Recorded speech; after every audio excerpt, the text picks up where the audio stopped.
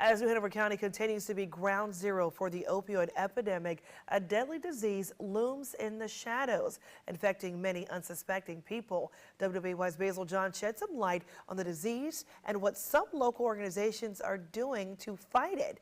It's tonight's WWAY special report, Shooting Up.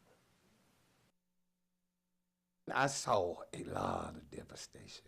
I saw people that didn't do anything but drugs die in front of me. For years, Henry Benjamin saw a single disease take the lives of those around him. It was just like a cancer or something on that order that everybody shunned away from because they thought it was, it wasn't in the norm. The disease is HIV, and Benjamin has lived with it since 1989. He said back then, and even today, people believed it was a disease only contracted through sex. But for him and some people in New Hanover County, they got it by shooting up.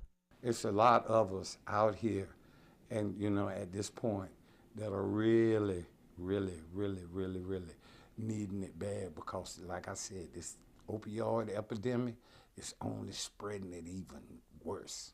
A study by the North Carolina Department of Health and Human Services said the rate of HIV in the area has risen in recent years.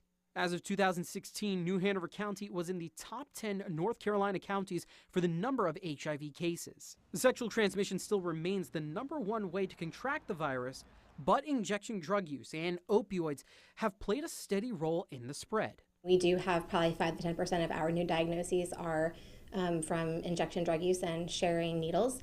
Any kind of substance abuse will also increase the risk of HIV transmission through sexual contact, because if you're getting high, you're not always making the best choices about your partner and practicing safe sex. Dr. Gina Berthold, an infectious disease physician at Wilmington Health, said part of the problem stems from the lack of needle exchange programs throughout the state until recently. Folks were reusing their needles, sharing their needles, getting high with boyfriends, girlfriends, and sharing supplies and needles, and all that stuff gets contaminated with blood. So if one person has an infection like HIV, now that contaminated blood is on their needle and you're directly injecting that into your body. Berthold said one of the biggest barriers is to get users in for doctor's appointments and to take medication regularly. So much of their time and energy is spent getting drugs and using drugs. So we really need more resources to help people get clean and stay clean so that they can start taking care of their other problems. That is why organizations like the North Carolina Harm Reduction Coalition focus on things like education and outreach to help a group that has not received much help before. Past HIV/AIDS prevention methods left a population of people vulnerable. We could provide condoms, we could provide education, but we could not provide safe access to syringes. Margaret Bordeaux said as times have changed, so have prevention practices. Most importantly, we operate a syringe exchange program here in New Hanover County and surrounding counties. And now the NC Harm Reduction Coalition is doing a study with Duke Health Systems to find one thing: tracking for the prevalence of Hep C and HIV among syringe exchange participants. PrEP is a medication that helps keep HIV from becoming AIDS. And looking to see if PrEP could be introduced into syringe exchange programs. All of these efforts are to attack HIV head-on and bring down the numbers no matter what.